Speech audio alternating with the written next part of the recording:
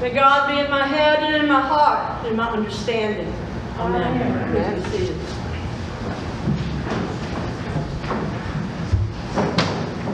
So as I said before, we are beginning and ending our worship service today with the same song, with variation a little bit in words at the end. Marching in the Light of God. We don't usually do that, but as I contemplated the readings for today, and then on top of Candace's call that she was recovering from her treatment and isolation, and then the decision to do the healing service, the image of light and marching in the light just kept coming to me. And as often happens, the song kept coming to me too, like over and over again while I was trying to get to sleep, while I was trying to wake up. So I finally just said, God, I've got the hint. We're gonna build this around marching in the light, living in the light, dwelling in the light. And I think what especially came to light for me as I thought about this is that living in God's light really isn't so much that it's a goal that we seek to achieve. Sometimes we think that, well, I've got to figure out how to live in God's light. Like, you know, it's out there someplace and just get the right algorithm and we get there. It's not that. Instead, we're always in God's light. And the it is to be mindful enough to wake up and open our eyes to the reality of what that light shows. Because typically, occasionally we look at lights like Christmas lights, but most of the time what we use light for is for it to reveal something that we need to see, to help us see something better than we can see without the light. That comes into this gospel story we heard today, whether they say it specifically or not. It's a very familiar story. It comes from the Gospel of Luke, the story of Mary and Martha. And those of us who went to Sunday school probably acted it out every year when it came up. And at the climax of the story, what we find is a rather disgruntled Martha who makes her way finally over to Jesus after getting angry and angry the whole time, and pretty much demands of Jesus that he set her sister straight, that he get Mary to get up from where she's just sitting around engaging in conversation with him and the disciples, and make her get up and do what Martha thinks she ought to be doing. That's what Martha wants him to do.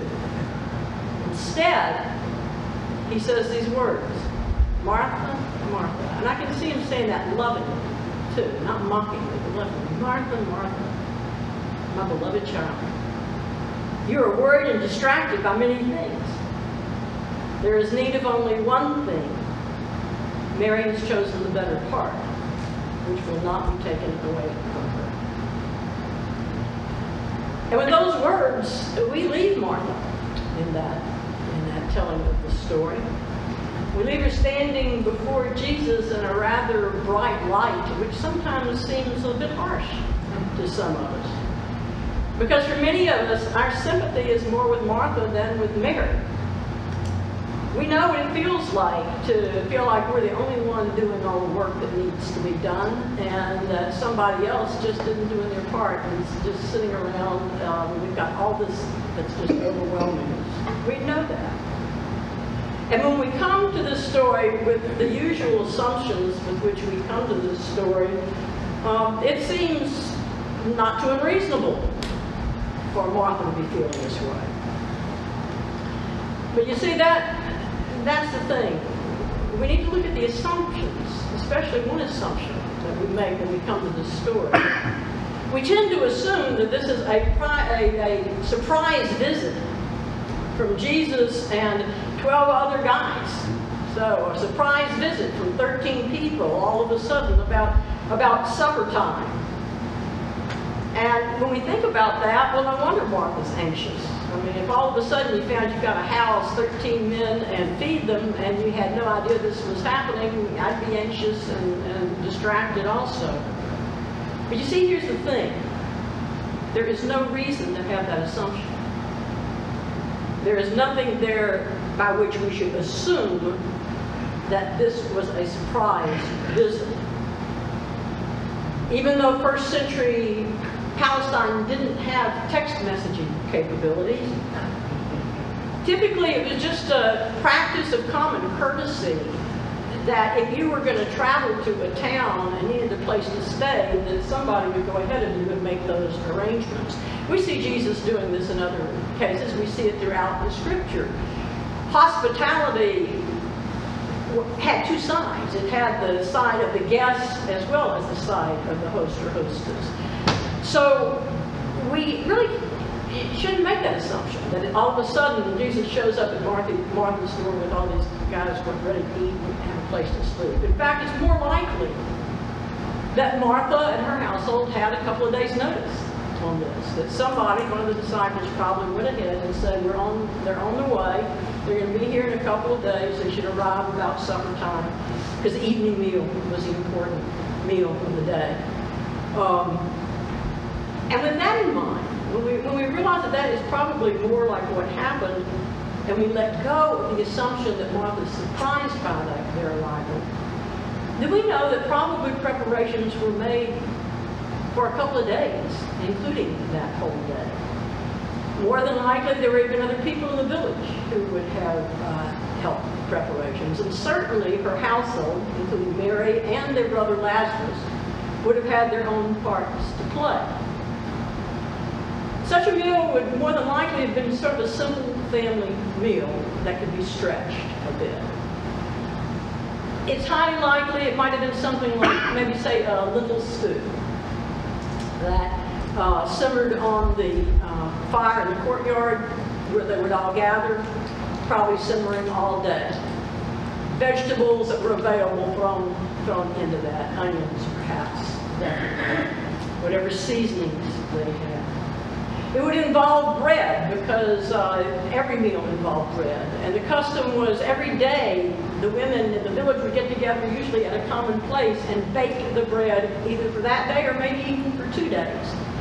Couldn't keep the bread too much longer after 2 days. But given the assumption that instead of a surprise, they had time to prepare, there was plenty of time for lots of people to bake bread and to donate to help them with their guests. Because see, this was a community. This was a community. They pitched in. They helped each other. Other parts of that meal would have been things that were already in storage. It was usually stone jars in a particular part of the house that was darker and stayed cooler. There would be dried fruits. There would certainly be olives. And that was what a usual family meal would look like. And in this case, they may have added some meat, maybe a little bit of lamb, maybe a little bit of goat, that somebody might have donated for their cause. It wouldn't have been very much, but if you had a special guest coming, sometimes you would add that. So maybe they had that too. But here's the thing.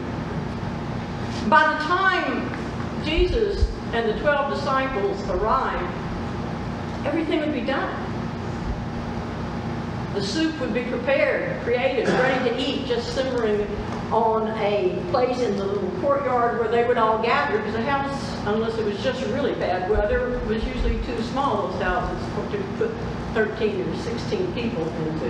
So they would have been sort of in the courtyard, where they would have eaten on pallets on the ground with a low table. And the only thing remaining to do would have been to bring the food to the table. And they didn't set a table like we did. They didn't, not only did they not set full plate servings, but they didn't put any kind of eating utensils. They didn't have individual plates. The lentil soup would normally, for the family, just be put in a common serving dish in the middle of the bowl. With this many people, they might have had 2 bowls, so this end of the table and that end of the table could gather around the bowl.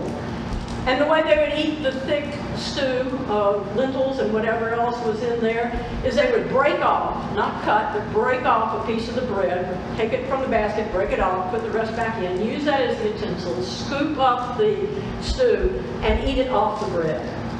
And at the end, if they needed another piece of bread, they'd get another piece of bread. At the end, whatever bread they had, they just eat it up. So you don't have a lot of dishes to wash either. Okay. If you ever go to an Ethiopian restaurant, and I'll tell an Ethiopian restaurant, you can still eat that way with your family and friends and experience that. I did that in Columbus, Ohio at the time. So, given that, you got to wonder, what is it Martha was so busy doing? What was preoccupying her? be distracted.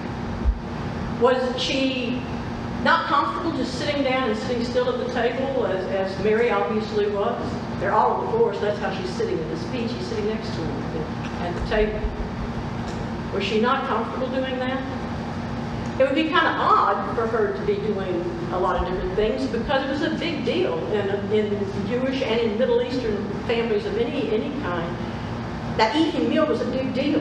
That's why preparations were always done ahead of time, so that you could sit down together at the meal and eat together and enjoy talking together and deepen those relationships, especially true if you had guests who are not just a part of your family. And that's what Mary was doing. So was Martha, I don't know, was she thinking that maybe it would be better to act as if she were a servant, and instead of letting them just take from the flagon of wine as they normally would do and pour it in their own cup that they probably had carried with them since they were camping out all the time. Maybe she thought it was better if she jumped up every time and filled the cup. So maybe she spent the meal watching for somebody to need another glass of wine, and before they could reach for it, she got up and did it. I don't know, maybe. Maybe she noticed that with that many people, there were a lot of drips going from the common bowl to the table, and she was quick to want to wipe those up. I don't know. Who knows? What we do know is this. In the light of God, at that point of time, in that meal, none of that was needed. There was only one thing needed, and that one thing was spending time with each other. Time with their own family, with Jesus, with the disciples that traveled with them, some of the disciples who they probably knew and some who they did not. That was the one important thing. And Mary chose the better part by simply relaxing and doing it. But what's more, you see, is that same choice was available to Martha. She didn't have to be doing all the things she was doing. And I don't know why she didn't. Maybe maybe it made her uncomfortable with some of the things Jesus and his friends talked about. Maybe there was a disciple in that group that she didn't really get along with too much, and she didn't really want to sit down with him and didn't want to be rude. Again, who knows? Lots of reasons to distract us and keep us from doing the one thing that we need to do. But when the story's over in the Gospel of Luke, Luke leaves us hanging. We don't know what, after Jesus sheds light on Martha and the fact that she doesn't need to be doing all these things she's doing, we don't know what she chooses. And I think that's on purpose. Because it's not really important for those of us who come after Mary and Martha and Jesus to know what Martha chose. What's important is to realize that we always have an opportunity to choose. That when the light of God points us in different directions than what we've always been doing, we always, once we've noticed that, we always have the freedom to choose to just keep on doing what we're doing as if we didn't hear it, to storm off in anger because how dare somebody bring that up to us, or to change. Or to change. And to take the better part. When we march out of this place of worship today, we'll be marching into the world for the week to come. We'll march into that world with all the love of God that is always just a part of the fabric of creation. We can't get away from it. We can't lose it. It's just there. We live in it. We walk in it. We march in it. We march in the light of the love and the grace of God. And what's helpful is if, as we march, we remember that. And stay mindful in any given circumstance of what we're doing and what the possibilities are that we could be doing. Our Book of Common Prayer in the back reminds each and every one of us that in every circumstance of life, God gives us the freedom to choose. Every single circumstance. It's in the back of the book where it suggests things for further discussion about our faith, called an outline of the faith. It's not intended to be, it's in question and answer, but it's not intended to give a pat answer. It's intended to to have you then talk with each other about, well, what does that mean? But the very first section is human nature. And we get a lot of, I think, misguided advice about what human nature really is. But what this section reminds us of is that by nature, it says, by nature we are part of God's creation, created in the image of God. And then it goes on to pose this question. It says, what does it mean to be created in the image of God? And the response that we are left to ponder the how and where and why of is this response. It means that we are free to make choices. Choices to love, to create, to reason, and to live in harmony with creation and with God. This is who we are. This is who we are by nature, because this is who God is, and we are made in the image of the one who always chooses love. So may we this week gently release the distractions and anxieties that keep us from choosing the better part of life. And may we march on in the light of God, with God's love, and by God's grace. Amen.